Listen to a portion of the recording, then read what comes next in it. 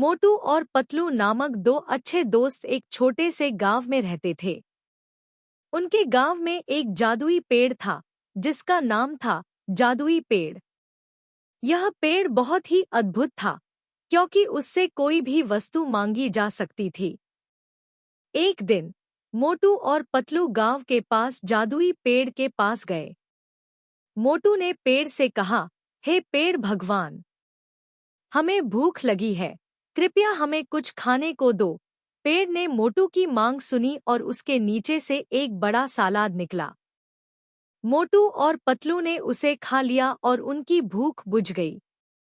फिर वे जादुई पेड़ के पास गए और पेड़ से अन्य कुछ चाहने लगे। पेड़ ने उन्हें वे वस्तुएं भी दी जो उन्होंने मांगी। मोटू और पतलू ने जीवन में अधिक सुख समृद्धि की दुआ की और खुशी खुशी गांव की ओर लौट आए। एक और दिन गांव में एक बड़ा दुखी किसान आया। उसका फसलों में कीटाणुओं का प्रकोप हो गया था और वह बहुत परेशान था। वह जादुई पेड़ के पास गया और पेड़ से कहा, हे पेड़, मेरे पेड़ों को कीटाणुओं से बचाओ। पेड़ ने उसकी मांग सुनी और उसके पेड़ों पर जादुई चारा छिड़क दिया। कुछ ही दिनों में किसान की फसलें पुनः स्वस्थ हो गईं और वह बहुत खुश था। मोटू और पतलू ने भी देखा कि किसान को कैसे जादुई पेड़ ने उसकी समस्या का समाधान किया। उन्हें एक नई सोच आई कि यदि यह पेड़ इतनी अद्भुत चीजें कर सकता है तो शायद वह भी अपनी मदद कर सकता है।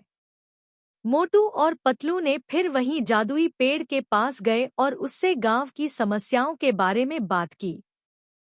पेड़ ने उन्हें समझाया कि जादुई शक्तियों का उपयोग समझदारी से होना चाहिए और उन्हें अपनी समस्याओं का समाधान स्वयं करना चाहिए। मोटू और पतलू ने पेड़ की सलाह मानी और गांव के विकास में मदद करने का निश्चय किया। उन्होंने मिलकर गांव में नल जल योजनाओं का निर्माण किया, बच्चों को शिक्षा प्रदान की और गांव को स्वच्छ बनाने के लिए प्रयास किया।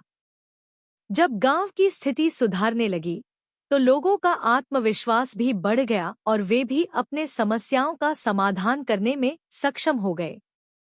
इस प्रकार मोटू और पतलू ने जादुई पेड़ के सहारे गांव को खुशहाल बनाया और समस्याओं का समाधान किया। उन्होंने सिद्ध किया कि जादुई शक्तियों का इस्तेमाल समाज की सेवा में किया जाए तो यह वास्तव में एक सच्ची सफलता है। Comment, share and subscribe my channel for cartoon video.